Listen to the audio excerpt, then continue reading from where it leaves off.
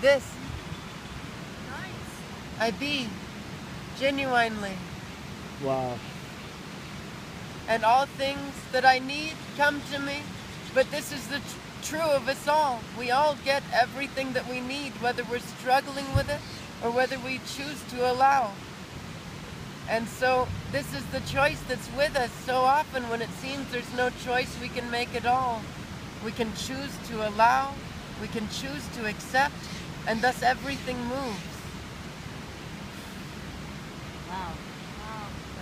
If we have a feeling that's hurting, if we have these thoughts and feelings coming through us, because they're just passing through, they're not us. We're just containers, we're just a cup. If we have these feelings coming through us and they're causing us pain, we need only state that they are there and sit with them as we are sitting with each other, and so allow them to express themselves. And so the energy moves. It's only as we make a struggle in ourselves that they don't move. It's only as we resist that we experience pain, that we experience these pains that stay with us for years. It's the holding of ourselves. It's the holding of these bodies which are being gifted from us in every moment new that causes us to experience stagnation and pain, but we can let it go. Nothing that we need here will require us to hold on to it, to have it with us.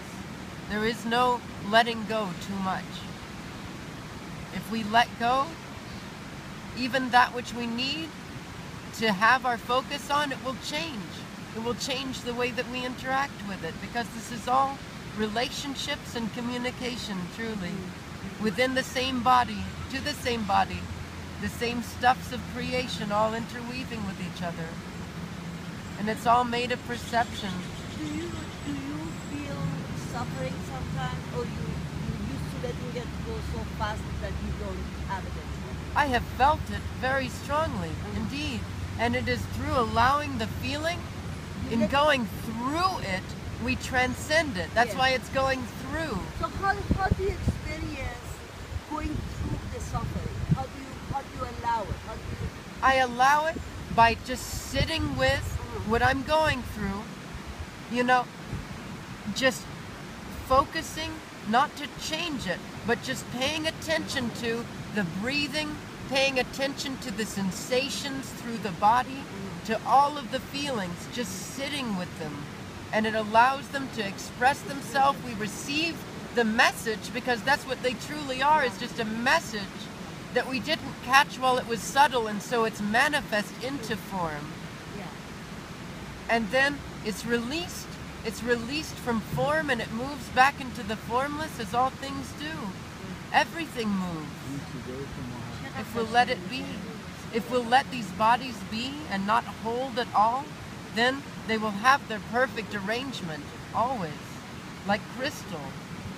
The diamond and the lead, they are made of the same stuff exactly. It's only the arrangement that is different.